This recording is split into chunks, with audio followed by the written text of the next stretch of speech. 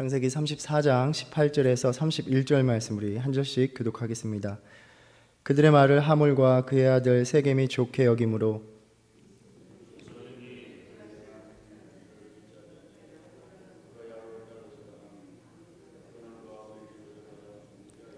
하물과 그의 아들 세겜이 그들의 성읍 문에 이르러 그들의 성읍 사람들에게 말하여 이르되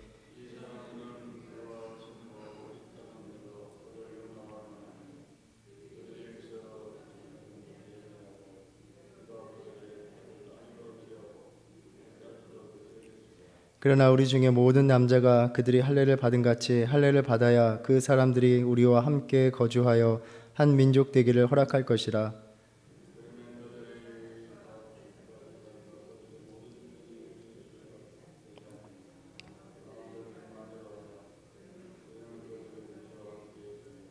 성문으로 출입하는 모든 자가 하물과 그의 아들 세겜의 말을 듣고 성문으로 출입하는 그 모든 남자가 할례를 받으니라.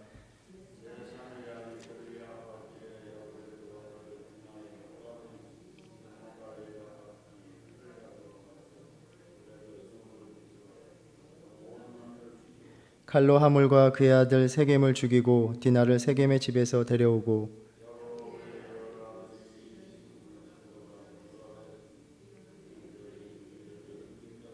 그들이 양과 소와 나귀와 그 성읍에 있는 것과 들에 있는 것과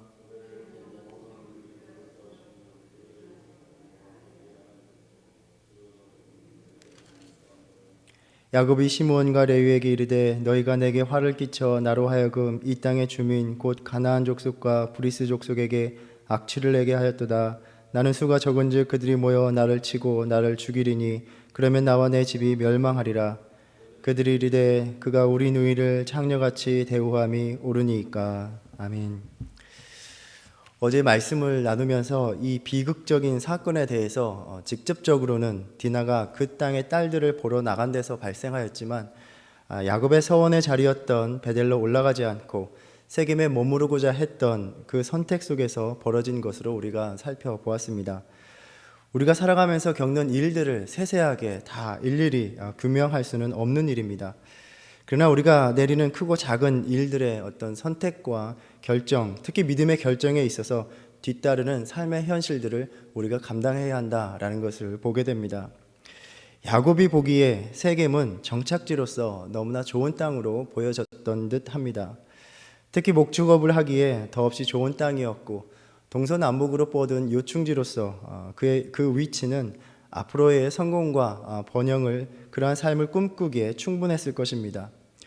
더욱이 세겜에 있는 사람들이 야곱에게 관대하게 대하고 또 땅을 파니 그곳 사람들의 태도 역시 야곱의 마음을 끌어들이기에 충분했던 것으로 보입니다. 이제 고향으로 돌아왔으니 여기에 자리 잡고 있으면 머물러 살면 큰 어려움이 없을 것이라 여겼기에 나쁘지 않은 선택처럼 보였습니다. 야곱이 베델로 올라가야 했음에도 불구하고 세겜에 머무르려 했다라는 관점에서 우리가 이 이야기를 묵상해 보면 우리 역시도 야곱과 같이 그렇게 세겜에 머무르고 싶은 유혹이 언제나 있다는 점을 돌아보게 됩니다. 인터넷에서 신앙의 여정에서 가장 조심해야 할 것이 편안한 곳에 머무르고 싶어하는 세겜 현상이다라는 글귀를 보았습니다.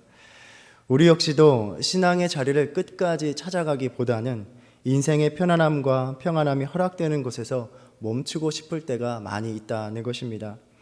더 이상 힘써서 신앙적으로 또 몸부림치면서 신앙적으로 살기를 애쓰지 않는 것입니다. 베델의 산지로 올라가기보다 세겜의 평지에 눌러서 번영을 누리는 것이 더 좋다는 것입니다.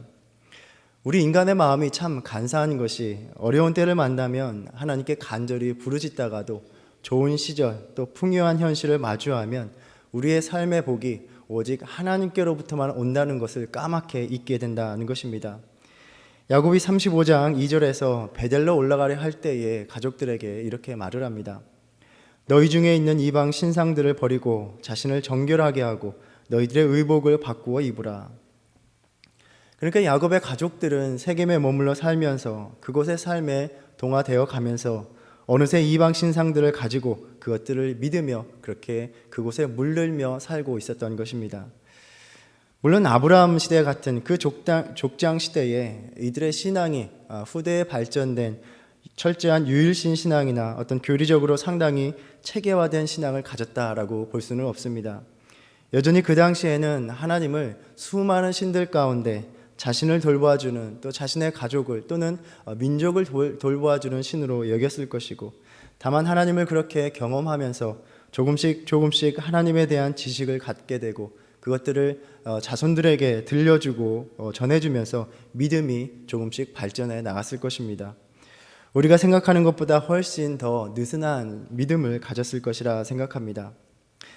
또한 무엇보다도 오늘날에 비해서 자연 환경을 통제할 수 없는 시대에 어떠한 곳에서 살아갈 것인가, 자연적인 환경이 삶을 선택하는데 결정적이었을 것입니다. 우리가 롯의 경우에서도 보듯이 그가 눈을 들어서 보니 요단 지역을 보니 온 땅에 물이 넉넉하고 여호와의 동산 같고 애굽 땅과 같았다라고 말을 합니다. 어디에서 살아야 할 것인가? 또 그 당시에는 더욱더 눈에 보이는 것이 바로 전부였습니다. 인간적으로만 보면 야곱에게는 자신과 가족을 위해서 베델로 올라가기보다는 세겜에 머무는 것이 더 나은 선택이었음이 틀림이 없습니다. 그러나 우리가 알듯이 믿음은 눈에 보이는 대로가 아니라 그 너머에 계셔서 일하고 계신 하나님을 바라보며 나가는 일입니다. 야곱의 이야기를 보면서 과연 우리 역시 세겜에 머물기를 원하는 실수를 저지르고 있지는 않은지 우리 신앙의 여정을 다시 한번 살펴보아야 할 것입니다. 눈에 보이는 것들에 가려서 그것들이 너무 좋아서 믿음의 선택을 내리기를 주저하는 것입니다. 이 사건이 벌어지고 나서 원만한 해결을 위해서 하몰과 세겜의 제안을 받아들인다 해도 그것도 문제가 참 많습니다. 결국 가나안 민족들과 혼합되어서 살아가야 하는 문제입니다. 아브라함은 이삭을 가나안의 딸들과 혼인시키지 않기 위해서 노종을 그 먼 고향 땅으로 보낸 적이 있습니다. 리브가가 야곱을 밧단 아람으로 보낼 때에 명목상으로는 가나안의 여인들을 아내로 맞이하지 않도록 하기 위함이기도 했습니다. 이들의 제안이 솔깃하지만 하나님의 약속이 성취되는 감은 믿음의 백성을 형성하는 일을 감당해내지 못할 일은 뻔한 일입니다. 야곱의 아들들은 하몰의 일가가 할례를 받을 것을 제안하였고 하몰과 세겜은 이를 좋게 여겼습니다. 그런데 문제는 그러할 때에 바로 여기에서 할례는 더 이상 하나님의 언약을 나타내는 상징성을 잃게 된다라는 것입니다. 아무도 그 의미에 신경 쓰지 않고 있습니다. 이를 제안하는 야곱의 아들들이나 또 받아들이는 세겜의 일가에 있어서 언약으로서의 할례가 더 이상 아니었습니다. 세겜은 할례라는 행위를 진지하게 받아들일 아무런 이유가 없습니다. 그저 디나를 아내로 취하기 위한 수단이 될 뿐입니다. 23절에서 자신의 족속에게 할례를 받도록 설득할 때에도 이렇게 말을 합니다. 그들의 가축과 재산과 그들의 모든 짐승이 우리의 소유가 되지 않겠느냐라고 말합니다. 다른 일가와 합하여 자신들의 세력을 확장하는 수단이 될 뿐입니다.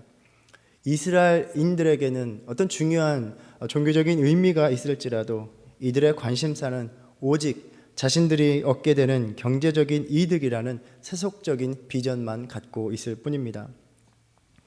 세겜 사람들은 그저 이러한 실용적인 이유에 구미가 당겼고 야곱의 아들들의 조건을 아무런 고민 없이 받아들이기로 결정을 합니다. 24절에서 성문으로 출입하는 모든 자가 하몰과 그의 아들 세겜의 말을 듣고 성문으로 출입하는 그 모든 남자가 할례를 받으니라 라고 전하고 있습니다. 또 야곱의 아들들도 할례가 갖는 그 신앙적인 의미에 아무런 관심이 없었습니다.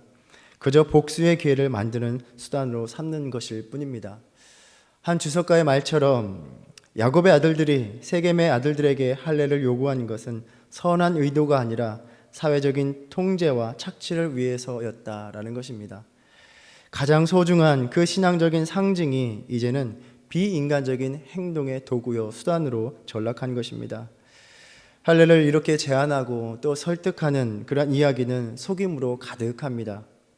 야곱의 아들들은 할례를 제안하는 그 의도를 속이고 있었고 또 하몰과 세겜은 자신의 일족에게 할례를 받아들이자라고 설득할 때에 그것이 세겜의 결혼 문제에 대해서였음을 별다른 이야기를 하지 않고 그저 그들에게 야곱의 재산 덕분에 우리들의 재산, 자신들의 재산이 늘어날 수 있다라고 말하면서 그들이 좋아하는 말만을 늘어놓고 있는 것입니다.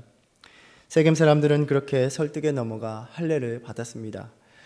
사흘은 할례로 인한 고통이 가장 극심할 때라고 말을 합니다. 상처가 다 아물지 않았기 때문에 거동할 수 없는 형편입니다. 이러한 상황을 노렸듯이 야곱의 아들들은 세겜을 공격합니다. 먼저 레아의 아들들, 디나의 친오라버니인 시므온과 레위가 칼을 들고 세겜 성에 들어가 하물과 세겜을 포함한 모든 남자를 다 도륙을 냅니다. 이때까지 세겜에 머물러 있던 디나를 데리고 나왔습니다. 창세기 49장에 보면 야곱의 죽음을 앞둔 그 마지막 유언에서 이 당시에 시몬과 레위의 난폭한 행동이 다시 한번 언급됩니다. 5절부터 7절에 보면 시몬과 레위는 형제요 그들의 칼은 폭력의 도구로다 라고 말하면서 그들이 그들의 분노대로 사람을 죽이고 그들의 혈기대로 소의 발목 힘줄을 끊었음이로다 라고 말합니다.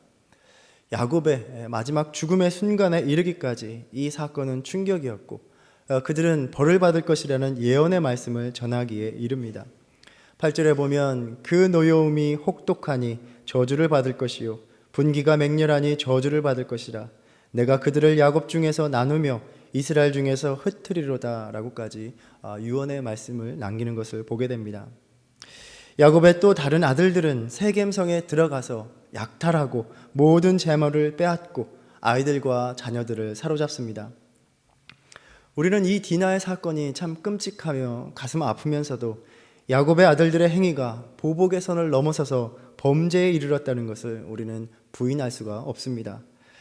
이스라엘의 헤렘법처럼 완전히 그것들을 진멸하는 것도 아니었습니다. 그저 다 자기 것으로 만들려고 자기들의 것으로 취하려고 했을 뿐입니다. 결국 자신들의 행동이 어떤 의로운 분노가 아니라 약탈에 불과한 것임을 드러내고 있는 것입니다. 자신들의 여동생이 받았던 그 수치와 부끄러움에 대한 반응이 도를 넘어서 더 큰 폭력을 낳게 된 것입니다. 또 다른 파괴적인 비극을 일으키는 결과를 만들어내고 있습니다. 그리고 이제까지 아무런 관여도 하지 않았던 야곱이 드디어 말을 하면서 아들들과의 대화로 오늘 본문이 마무리되고 있습니다. 야곱은 폭력을 저지른 시므온과 레위에게 말합니다. 너희가 내게 화를 끼쳐 나로 하여금 이 땅의 주민 곧 가나안 족속과 브리스 족속에게 악취를 내게 하였도다. 나는 수가 적은즉 그들이 모여 나를 치고 나를 죽이리니 그러면 나와 내 집이 멸망하리라. 야곱이 이것을 바라보고 있는 시각은 철저하게 현실적입니다. 세겜에서 자신의 가족이 소수의 위치에 있음을 자각하고 있습니다. 더 안타까운 것은 이렇게 야곱이 아들들에게 역정을 내는 이유는 신앙적인 이유라기보다는 그저 단지 두려움에 사로잡혀 있을 뿐이라는 점입니다. 30절에서 너희가 내게 화를 끼쳤다라고 말합니다. 이들의 행위가 가족을 보호하고 안전하게 하는 일이 아니라 멸망에 이르게 만들었다라고 꾸짖고 있습니다. 또 이 땅의 주민들에게 악취를 내게 하였다라고 말합니다. 그의 주변 사람들에게 야곱을 매우 나쁜 자로 여기도록 만들어 버렸다는 말입니다. 이들의 어리석은 행동으로 인해서 어디로 가든지 환영받지 못한 신세가 되어버린 것입니다. 하나님께서 아브라함을 부르실 때에 너를 축복하는 자에게 내가 복을 내리겠다라고 말씀하셨습니다. 그러니까 어디로 가든지 너는 사람들로부터 너희를 축복할 수 있는 삶, 축복받을 만한 삶을 살라고 명하신 것입니다. 그러할 때에 하나님의 복이 그들에게 임할 것이다 말씀하셨습니다. 그런데 지금 이들의 포악한 행동으로 인해서 어디로 가든지 사람들이 혐오하고 꺼리게 만들어 버린 것입니다. 오랜 세월 동안 집을 떠나서 환영받지 못한 인생을 계속해서 살아왔던 야곱에게 또다시 그러한 대접을 받는다는 것은 참으로 고통스러운 일이 아닐 수 없었을 것입니다. 근데 우리가 오늘 본문 이야기를 읽어보면 어떠한 해결책을 던져주지 않고 그저 여전히 깨닫지 못하는 야곱의 아들들의 분에 가득한 대답으로 마치고 있다는 것입니다. 그가 우리 누이를 창녀같이 대우함이 옳으니까.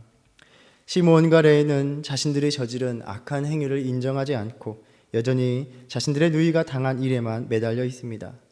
그것보다 더 큰 악을 행하면서도 그 위험을 만들어냈다는 일에는 무지한 것입니다. 이 당면한 문제를, 이 비극적인 문제에 대해서 어떻게 행하는 것이 신앙적으로 행하는 것인가, 우리에게 다가온 비극적인 일들을 어떻게 신앙적으로 해결해야 하는 것인가, 이 이야기를 통해서 어떻게 묵상해야 되는지 참 쉽지 않은 문제입니다. 야곱이 하물과 세겜의 제안을 받아들이고 그들과 평화롭게 지내는 것도 큰 문제입니다. 가나안 족속과 혼합되어 사는 결과를 가져올 뿐이기 때문입니다. 한 가지 우리가 이 이야기를 통해서 확실하게 보는 것은, 우리가 인간의 손으로 복수를 감당하려 할 때에는 오히려 더 큰 폭력으로 변질되고 인간의 삶에 파국을 가져온다는 것입니다. 사도 바울은 로마서 12장 19절에서 말합니다. 내 사랑하는 자들아, 너희가 친히 원수를 갚지 말고 하나님의 진노하심에 맡기라. 기록되었을 때 원수 갚는 것이 내게 있으니 내가 갚으리라고 주께서 말씀하시니라 라고 말씀합니다. 인간의 손으로 보복을 하려 할 때에 우리의 삶이 파국을 가져온다는 것을 말씀하고 있습니다. 세겜에 머무르고자 했던 야곱의 믿음의 선택과 결정으로 인해서 우리가 또 이 이야기를 묵상할 때에 하나님께서 그를 세겜에서 떠나게 하시기 위해서, 또 베델로 이끄시기 위해서 이러한 비극적인 일이 일어나게 하셨다라고 보기도 어렵습니다. 롯의 경우처럼 자신의 세상적인 번영과 안정을 위해서 신앙과 먼 삶의 자리를 살아갈 때에 자신이 머문 세상의 그 죄악된 현실에서 일어나는 일들을 우리는 그저 맞닥뜨리고 살아갈 수밖에 없다는 것을 보여줍니다. 자신의 믿음의 선택에 따르는 어떤 그 현실에서 일어나는 일들을 겪게 되는 일일 뿐입니다. 디나의 비극적인 사건을 통해서 보는 야곱과 그의 아들들의 모습은 참 실망스럽습니다. 특히 야곱은 하나님과 함께 하심을 수없이 경험하며 살았음에도 불구하고 이러한 일이 닥쳤을 때에 어떤 성숙하고 의연한 믿음의 태도를 보여주지 않고 또 하나님을 간절히 찾지도 않습니다. 오히려 두려움 속에서 그저 내가 망하게 되었구나, 내가 어떻게 살아야 하는가, 살 궁리만을 찾으며 아들들을 비난하는 모습을 보이고 있습니다. 우리가 쭉 묵상한 바에 의하면 신앙이 날로 성숙하여서 이제는 하나님의 뜻을 늘 간직하고 하나님께 드린 서원을 이루도록 알아서 베델로 올라가는 모습을 보여줄 법도 한데, 세겜에 머물러서 그저 세상적인 안정과 번영 속에 머물러 있겠다고 살아가는 야곱의 모습이었습니다. 그리고 자신의 연약한 믿음으로 택한 그 삶의 자리에서 비극이 닥치자 어찌할 줄도 모르고 아무것도 하지 않다가 그저 분노한 자식들이 버려놓은 참상에 두려워하며 나는 이제 죽게 되었구나, 이제 너희가 나를 망하게 하였구나 하면서 주저앉아 있는 모습입니다. 그런데 사실 이것이 우리가 살아가는 모습과 우리 신앙인의 모습으로서 다르지 않다는 것을 보게 됩니다. 오랜 신앙의 여정 동안 많은 놀라운 체험 속에 하나님에 대한 깊은 고백도 있는 것이 사실입니다. 그러나 삶이 편안하고 안락하면 거기에 눌러앉기 시작하고 점점 신앙을 잃어버리고 살아갈 때가 많습니다. 그러다가 또 감당할 수 없는 일이 벌어지면 깜짝 놀라서 야곱과 같이 하나님, 이스라엘의 하나님이라는 고백은 온데간데 없고 어떡하나 겁에 질려 어찌할 줄 모르고 하나님을 찾을 생각도 못하고 넋을 놓고 있는 것입니다. 하나님 보시기에 그러한 삶들이 얼마나 갑갑하시겠습니까? 평생 그와 함께 하면서 큰 은혜를 베풀었는데 믿음이 한 발자국도 안 나간 것 같습니다. 그런데 그러한 야곱도, 또 야곱과 같은 우리도 다가오셔서 또다시 받아주시고 불쌍히 여겨주신다는 것입니다.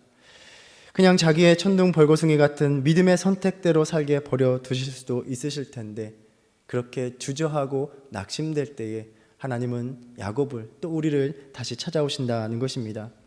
이사야서 41장 12절에서 말씀하십니다. 버러지 같은 너 야곱아, 너희 이스라엘 사람들아, 두려워하지 말라.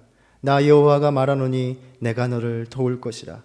내 구속자는 이스라엘의 거룩한 이인이라. 그렇게 믿음 없이 또 살아갈 때에도 다가오셔서 두려워하지 말라, 내가 너를 도와주겠다, 너를 구원할 자는 바로 나다라고 말씀하시는 것입니다. 하나님께서 야곱을 어떻게 다시 품어주십니까? 아쉽게도 여기까지가 오늘 본문의 말씀입니다. 내일 베델로 불러주시는 말씀을 통해서 우리는 또다시 야곱을 붙들어 주시는 은혜를 우리는 묵상하게 될 것입니다.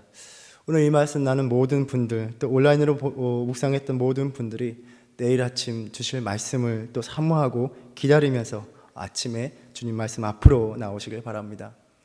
오늘 주신 이 말씀 묵상하면서 이 연약한 야곱의 모습 속에서 나 자신, 또 우리 자신의 모습을 발견할 때에 혹 나는 야곱과 같이 믿음의 길을 잠시 멈추고 내가 살아가고 있는 이곳에 그저 삶의 자리에 머물지는 않았는지, 혹여 또 어려운 일을 당하여 다시 한번 주님을 간절히 찾아야 하는 상황이라면 이 아침 다시 한번 우리를 받아주시는 주님을 향해서 부르짖으며 기도하며 나아가는 삶을 살아가시길 주님의 이름으로 축원합니다.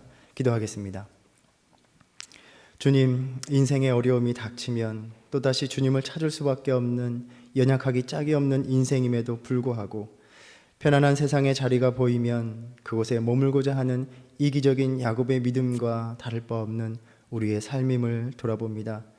야곱의 삶을 돌아보면서 혹 우리가 계속 걸어가야 할 신앙의 여정을 멈추고 있지는 않았는지 돌아보게 하시고, 내 주변의 상황 때문에 또 사람들 때문에 그것들이 좋아서, 너무 좋아서 주님의 뜻을 헤아리는 삶을 게을리지 하지 않게 하여 주시옵소서. 오직 복된 삶이 주님께로부터만 옴을 깨닫고 주님이 나의 하나님 되시는 고백을 멈추지 않는 오늘 하루의 삶을 살아가게 하여 주시옵소서. 예수님의 이름으로 기도드립니다. 아멘. 하늘에 계신 우리 아버지여, 이름이 거룩히 여김을 받으시오며 나라의 임하옵시며 뜻이 하늘에서 이룬 것 같이 땅에서도 이루어지이다. 오늘날 우리에게 일용할 양식을 주옵시고 우리가 우리에게 죄 지은 자를 사하여 준 것 같이 우리의 죄를 사하여 주옵시고 우리를 시험에 들게 하지 마옵시고 다만 악에서 구하옵소서. 나라와 권세와 영광이 아버지께 영원히 있사옵나이다. 아멘.